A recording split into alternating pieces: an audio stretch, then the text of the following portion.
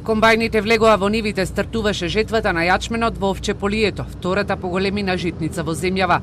Приносите се рекордни од 3000 до 5000 килограми од хектар, а исто така и квалитетот е одличен на јачменот, кој е познат како храна за стоката.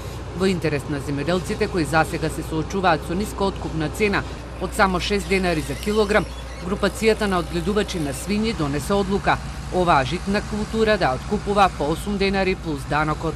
Пред да донесеме конечната одлука, ние во предвид ги имавме неколку фактори, како на пример цената на јачменот на берзите во соседните земји, во Бугарија и Србија, овогодишниот род, количината и квалитетот и цената на продажната цена ствари на свињите. Моменталната продажа на свињите е незадоволителна и многу ниска. Шаклев забележува дека оние кои што го произведуваат јачменот сигурно нема да бидат задоволни, но и оние кои што го откупуваат.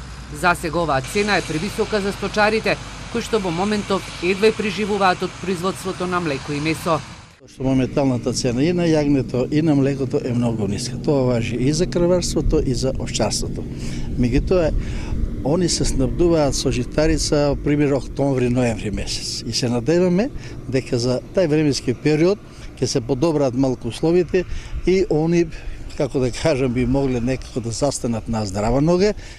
Цената на пченицата се уште не е дефинирана. Проблемот се усложнува со најавата на мелничарите дека нема да откупуваат домашна пченица поради ефтиното српско брашно на пазарот. Тоа го доведува во прашање искодирањето на лебното зрно, што исто така може да влијае на откупната цена.